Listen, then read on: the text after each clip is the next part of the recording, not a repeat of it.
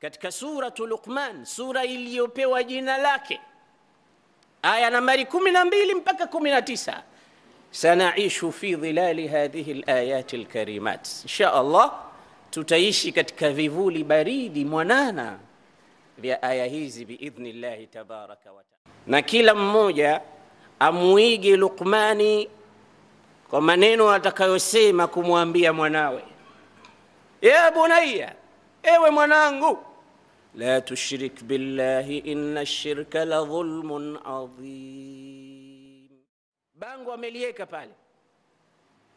Tunaweza tukakupa utajiri, tunaweza kukurudishia nguvu za kiume, na kila mganga utaona nguvu za kiume ndo zimechukua namba 1. Sijui kuna matatizo gani katika ulimwengu leo. Kila bango mganga kutoka Tanga anatibu nini la mwanzo.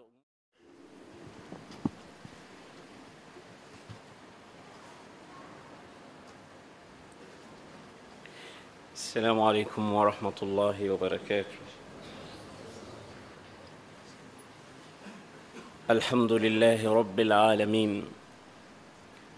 نحمده ونستعينه ونستهديه ونستغفره ونتوب إليه ونؤمن به ونتوكل عليه ونثني عليه الخير كله ونشهد أن لا إله إلا الله وحده لا شريك له ولا نظير له ولا ند له ولا وزير له ولا معين له، الواحد الأحد الفرد الصمد الذي لم يلد ولم يولد ولم يكن له كفوا أحد، الأول بلا بداية والآخر بلا نهاية، لا إله إلا الله وحده لا شريك له، وأشهد أن سيدنا ونبينا وعظيمنا وحبيبنا ومعلمنا محمد رسول الله، أشهد بأنه بلغ الرسالة وأدى الأمانة ونصح الأمة ومحى الظلمة وكشف الله به الغمة، وجاهد في الله حق جهاده حتى أتاه اليقين، فجزى الله نبينا محمدًا خير ما جزى به نبيًا عن أمته ورسولًا عن قومه، اللهم صل وسلم وزد وبارك على هذا النبي الأمين وعلى آله وأصحابه الغر الميامين، أما بعد.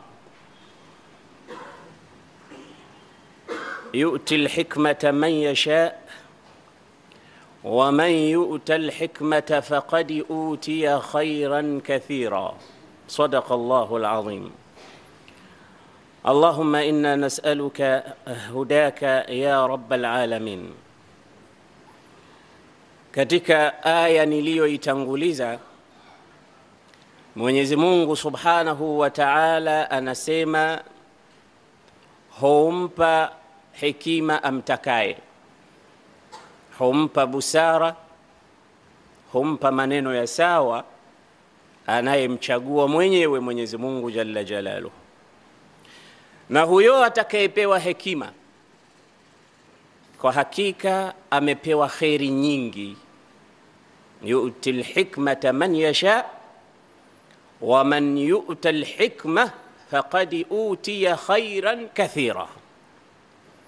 Namuomba Mwenyezi Mungu anijalie mimi na wewe tuwe miongoni mwao waliopewa hikma na hatimaye kupewa khairi nyingi. Ni nini maana ya hikma?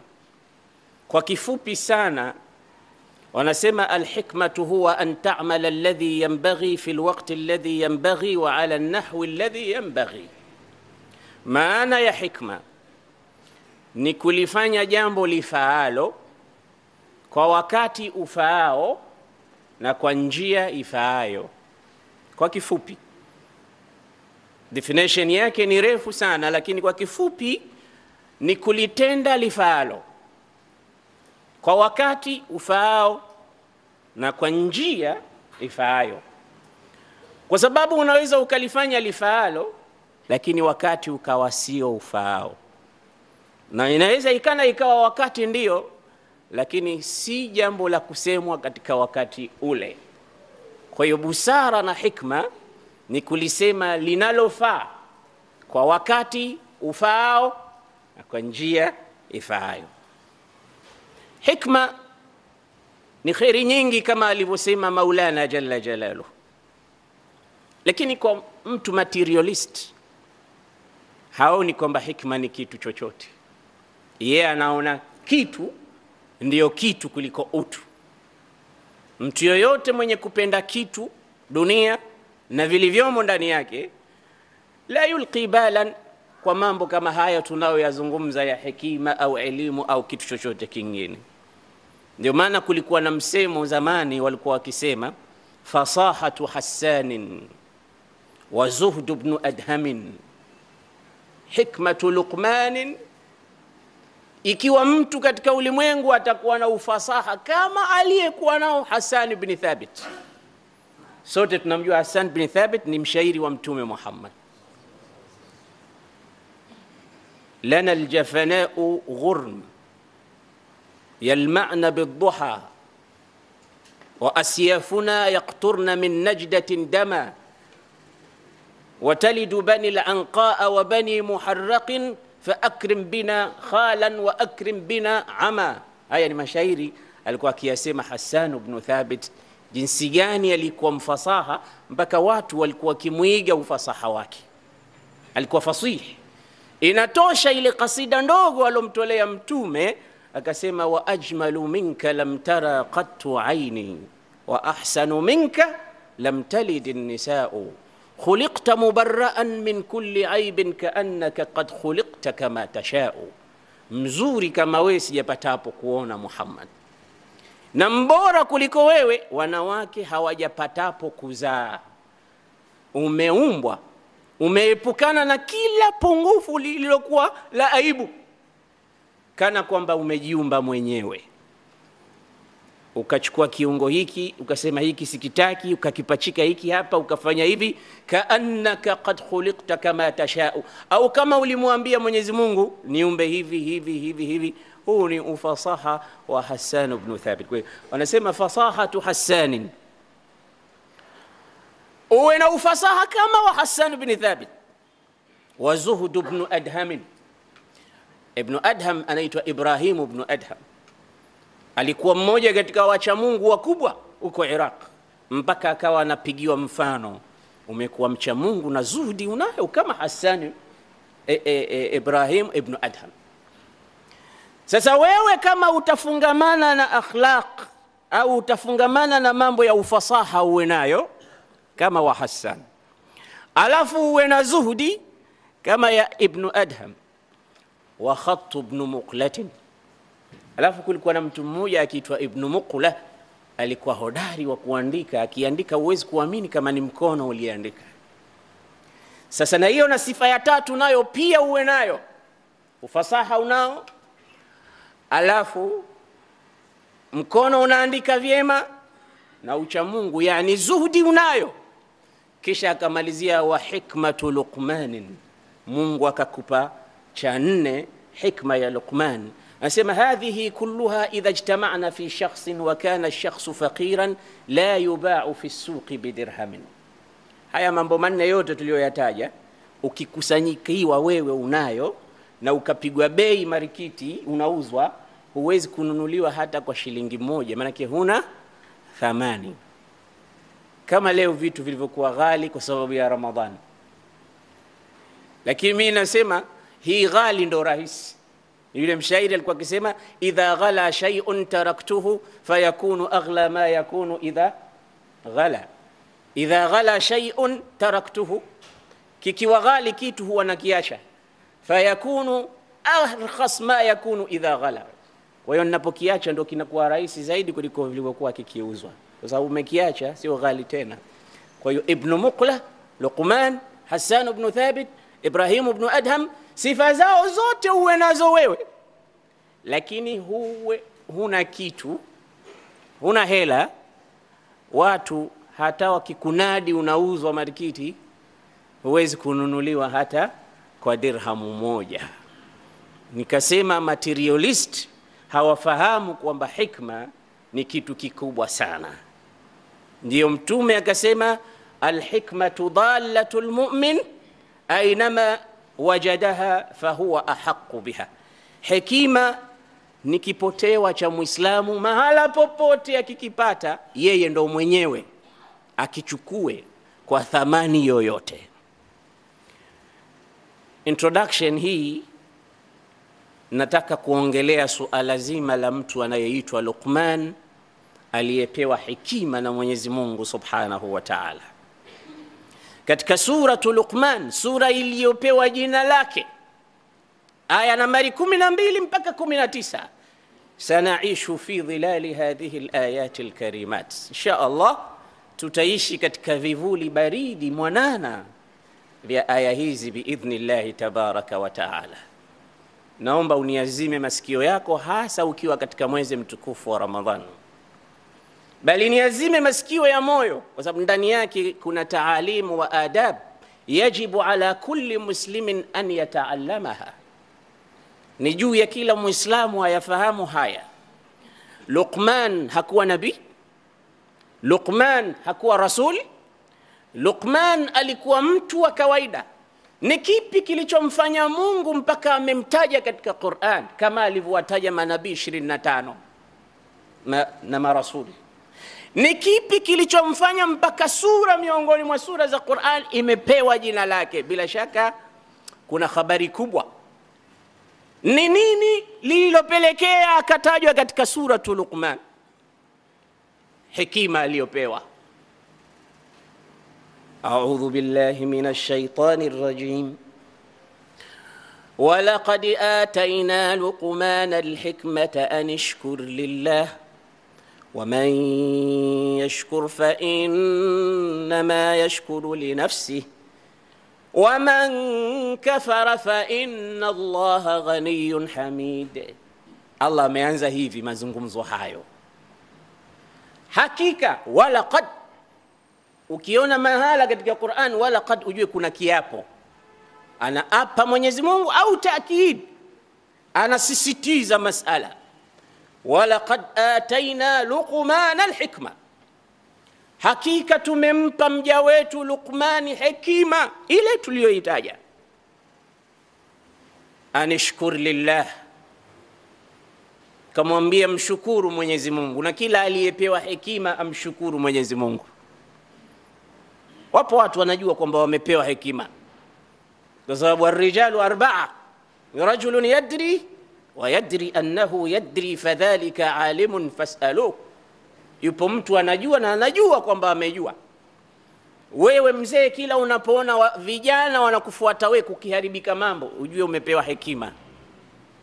Unawasuluhisha waliogombana, wewe umepewa hekima. Sio kila mtu anajua kusuluhisha, wala sio kila mtu anayejua kuunganisha koo za watu zilizokata, wala sio kila mtu anayeweza kuamua ugomvi na magomvi yaliyozidi katika ulimwengu. Ukiwa nayo tabia hiyo, fa anta hakim, wewe ni mwenye hekima. Kwa hiyo alimun, anajua mtu kama ana hekima. Mtu wa pili, rajulun yadri wala yadri annahu yadri. Yupo mtu anajua lakini hajui kama anajua.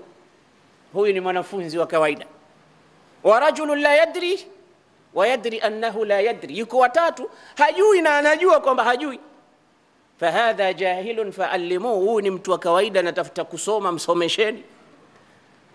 Wa rajulun la yadri wa la yadri annahu la yadri, yupo mtu watatu, hajui na hajui kama yeye hajui. Fahadha mukabirun famqutu, huyu mtengeni kwa sababu anavuruga na hujipachika vyeo visivyokuwa vyake.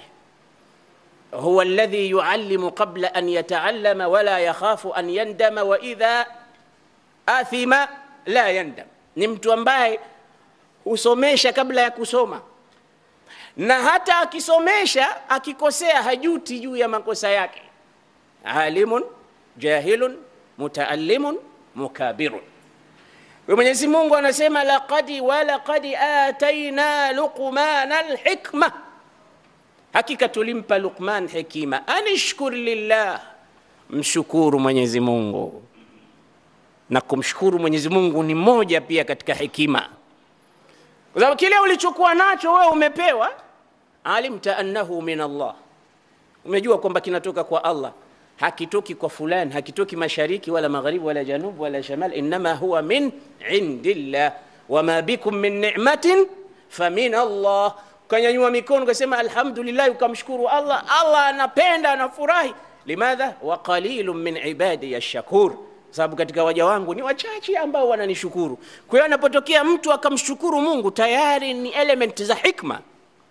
Anashkur lillahi, mshukuru Mwenyezi Mungu. Wa man shakara fa innama yashkuru li nafsihi. Na mtu akiwa na ustaarabu na culture ya kushukuru, ajue kwamba anajishukuria nafsi yake. Wa man kafara fa inna Allaha ghaniyyun hamid. Na atakaye kufuru, Mwenyezi Mungu ni mkwasi, ni tajiri, asiyehitaji chochote kutoka kwako, wala shukrani yako haitomzidishia wala haitompunguzia. Allah hamidun, mwenye sifa za kusifika kila wakati, kila leo, kila siku, mpaka kesho, mpaka siku ya kiyama. Luqman ana nini mpaka Allah anamsifu katika Qur'an? Idh qala Luqman libnihi, kumbukeni Luqmani alisema kumwambia mwanawe, na kila mmoja amuige Luqmani kwa maneno atakayosema kumwambia mwanawe. Ya bunayya, ewe mwanangu, la tushrik billahi inna ash-shirka la dhulmun adhim. Mwanangu, usimshirikishe Mwenyezi Mungu kwa chochote kiwacho, kwa sababu shirki ni jambo kubwa. Shirki ni dhulma kubwa, unamdhulumu Mwenyezi Mungu Subhanahu wa Ta'ala. Kitu cha kwanza anachomuhusia Luqman mwanawe ni tauhid na adam al-ishrak billah. Na sijui kama imepita katika umri huo ulionao sasa wewe baba, kwamba umeshawahi kukaa na mwanao angalau mara moja ukamuonya juu ya suala zima la shirki. Sijui, jawabu nalo mwenyewe. Sijui kama uliweka kikao kati yako na mwanao japokuwa mkubwa, kwa sababu miongoni mwa mambo ambayo tunaghafilika nayo tarbia ya watoto hata katika umri mchanga. Kwa sababu baba, unapopokea simu ukajua ni fulani anayepiga, ukampa mwanao mdogo, mwambie baba kaacha simu kwenye chaji, hayupo, ujue kwamba umeshampa somo katika maisha yake. Na kesho atakudanganya wewe, atakwambia ulipokuwa unanitafuta baba, simu ilikuwa kwenye chaji. Kumbe hakutaka izaj min al-ab ila ibni. Kwa tarbia fi'lan zinatoka kwa wazazi wake mtoto kutokea mwanzo. Ndio wenye kusema, wenye hikma wakasema, idha kana rabbul baiti bitabli dhariban fala talum as-sibyana ala ar-raqs fi. Ikiwa baba mwenye nyumba anapiga ngoma, watoto wakitimka kwa kucheza, usiwalaumu, kwa sababu yeye ndo amewaonyesha chuni na furaha au magoma yanapopigwa wote cheza. Kwa ajili hiyo basi Mwenyezi Mungu Subhanahu wa Ta'ala anatuonyesha wazazi, kitu cha kwanza kinachopasa kutiwa katika vichwa na nyoyo za watoto si chochote, ni tauhidi ya Allah Subhanahu wa Ta'ala na kutomshirikisha Mungu na kitu chochote. Suala la shirki sisemi limeenea, nasema limeota mizizi katika majumba yetu. Hawezi mtu kufungua mlango wa duka kama hajafanya shirki. Hawezi mtu kuanzisha biashara ya kuchoma mishkaki kama hajaenda kwa mganga au fundi au muite utakavyo. Hajaenda mtu kuposa au kuoa kama hajatizama nyota, lini na mwezi gani nifanye harusi hii. Hajafanya mtu jambo bila ya kufanya hatua ya kwenda kwa mganga au kufanya ushirikina kwa njia moja au nyingine. Huku Luqman anamwambia kitu cha mwanzo, mwanangu, usimshirikishe Mwenyezi Mungu, shirki ni dhulma kubwa. Mguu mosi mguu pili unataka utajiri, unaenda ukuomba kwa mganga. Nimekuja mzee, hali yangu ya maisha ni duni, nataka utajiri, bango amelieka pale. Tunaweza tukakupa utajiri, tunaweza kukurudishia nguvu za kiume. Na kila mganga utaona nguvu za kiume ndo zimechukua namba 1. Sijui kuna matatizo gani katika ulimwengu leo. Kila bango mganga kutoka Tanga anatibu nini? La mwanzo, nguvu za kiume. Umefika umri wa miaka 80 bado unataka nguvu za kiume, ufanye nini? Leo wajukuu. Hapa Mwenyezi Mungu Subhanahu wa Ta'ala anataka kutuonyesha mfano juu ya shirki ilivyotawala katika nyoyo ya binadamu leo. Nataka mali kutoka kwako wakati nyumba yake nguzo yake moja tu inaanguka hiyo. Kama anaweza kukupa wewe mali, si angejeka nyumba yake angalau ya bati, ili apate kukuonyesha wewe kama nilivyokuwa mimi tajiri. Hiki ni kigezo, naweza nikakufanya tajiri baina lailatin wa duhaha. Lakini hakuweza yeye, atawezaje kukufanyia wewe? Na wewe huna akili, unasema hapa nimeukata. Fulani huyu ukienda kwake kun fayakun, maskini, sifa za Mwenyezi Mungu zote unampa mganga. La tushrik billahi inna shirka la dhulmun adhim. Na wewe mwanamke kule unataka mahaba na mapenzi ya mumeo, unavaa baibuyu unakwenda kwa mtu mganga. Amenihadithia mmoja katika watu ambao si watuhumu katika ukweli. Ananiambia siku moja kuna mwanamke fulani alikwenda kwa mganga, akafanya mambo, akaonekana anafanikiwa. Kaja akaonana na shoga yake siku moja, akampa tabu zake zinazomzunguka. Akamwambia, shoga yangu, napata tabu bure. Mimi nilikuwa na matatizo kama yako. Nilienda mahala fulani, leo hivi unavyoniona mambo yangu yamekuwa super kwa sababu ya kutoka kule, na wewe ukipenda twende nikupeleke. Kwa sababu mwanamke ametangatanga na shida zile, akamwambia twende, yalla, kaondoka. Kufika kule kumbe kwa mganga, alisema nimemleta shoga yangu, mfanyie kama ulivyonifanyia mimi. Akamwambia sawa. Yule bwana akamwambia basi wewe nenda zako, huyu kishafika. Mwenyeji aliyempeleka mgeni pale akaondoka, akamwacha mganga pamoja na mteja wake. Akamwambia shida zako nimeshazijua. Sababu hawa hujitia wanajua habari za ghaibu, wanashindana na Mwenyezi Mungu Subhanahu wa Ta'ala.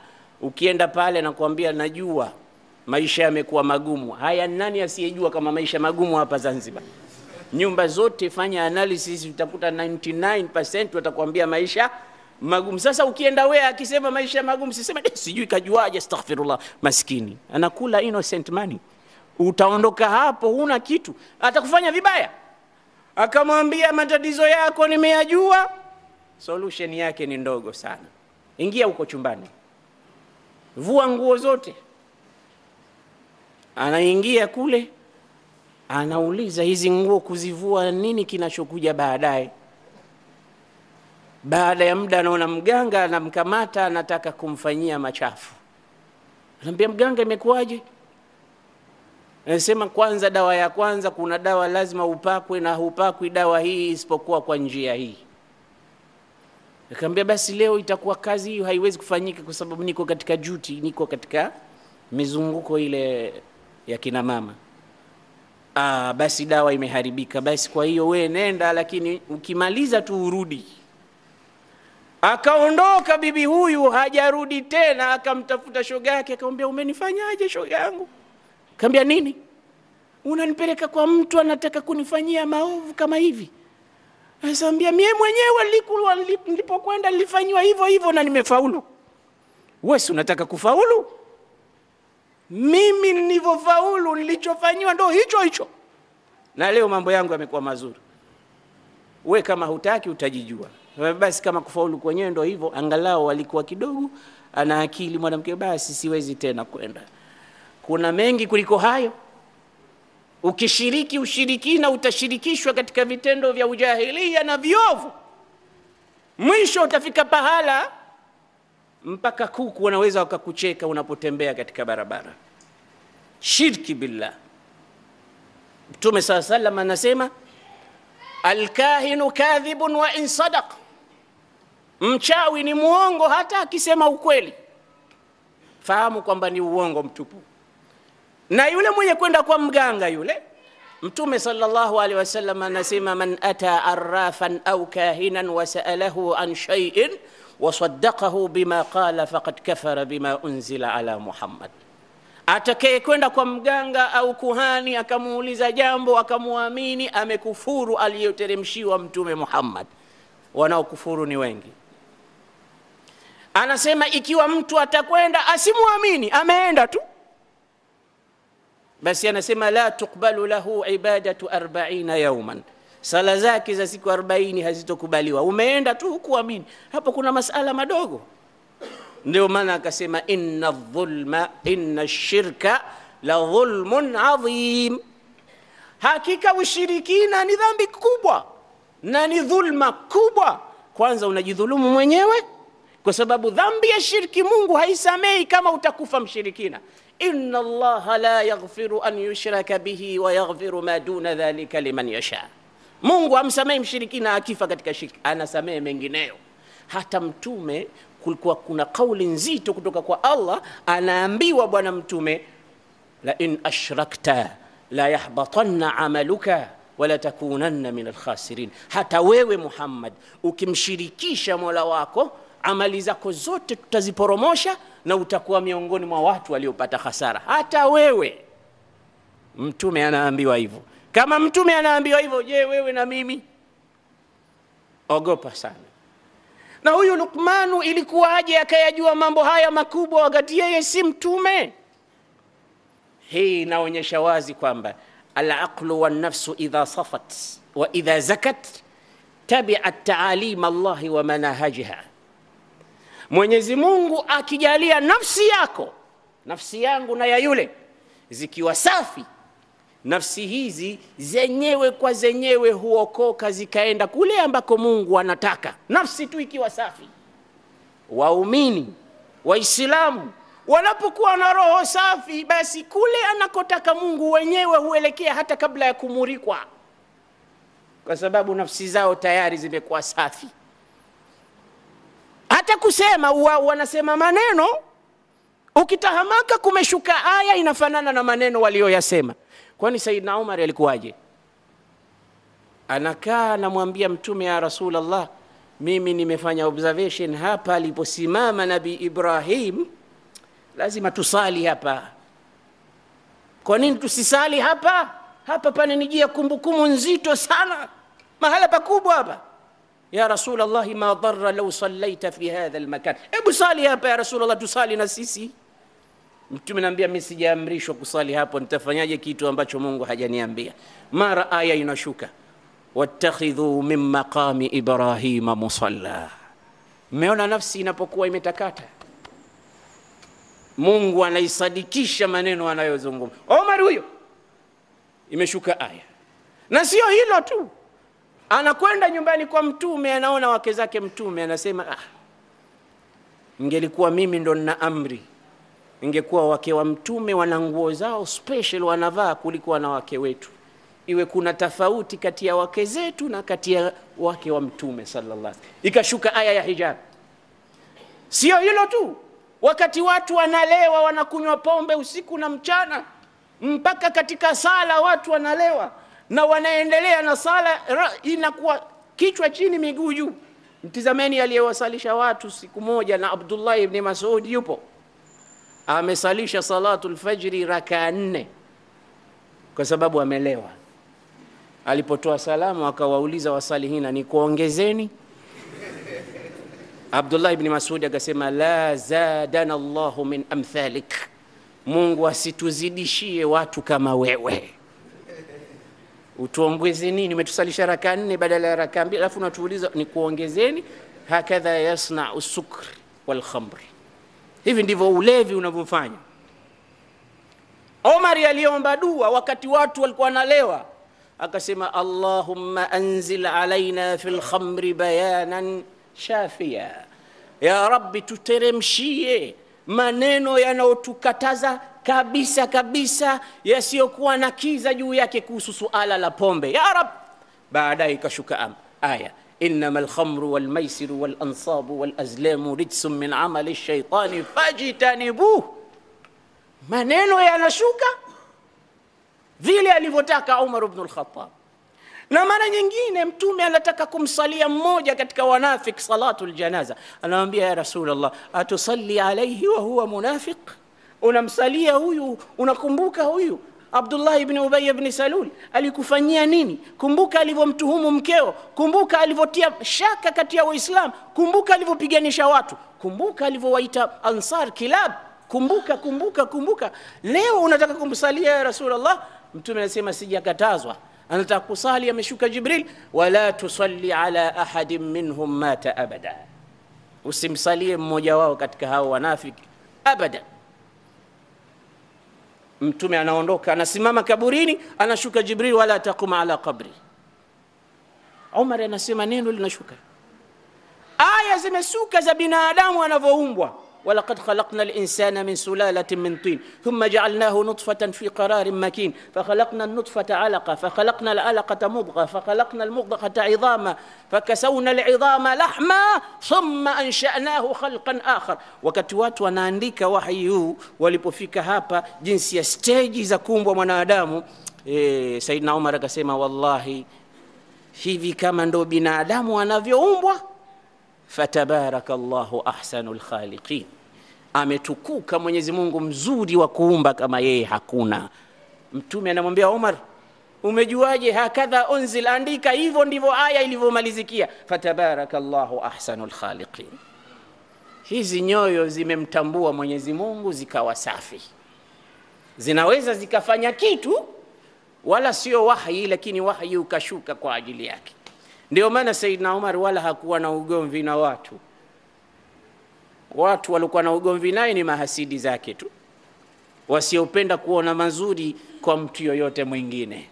Hata alipooa wake zake, alikuwa na wake Saidna Umar, mmoja katika wake zake ni binti wa Sayyiduna Ali, anaitwa Kulthum ibntu Ali. Sikiliza, ilipokuwa anataka kwenda kumuoa ilifanyika nini?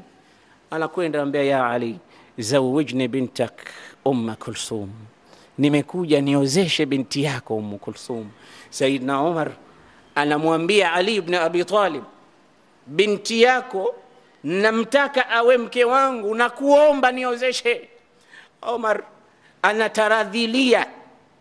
Saidna Ali akamwambia, innaha saghira ya amira almu'minin, wakati huo ni amiri almu'minin, innaha saghira, huyu bado mdogo hajafika kuolewa. amiri almu'minin anasema wallahi laysat bisaghira, si mdogo huyo, tayari kisha kuwa mke, anafaa. zawijiniha ya amira almu'minin, niozeshe. Akamwambia Ali, zamani niliyekania katika moyo wangu kwamba itakapofika watoto wangu wanataka kuozeshwa, nitawaozesha watoto wa ndugu yangu Jaafar aliyekufa katika vita vya Mu'ta.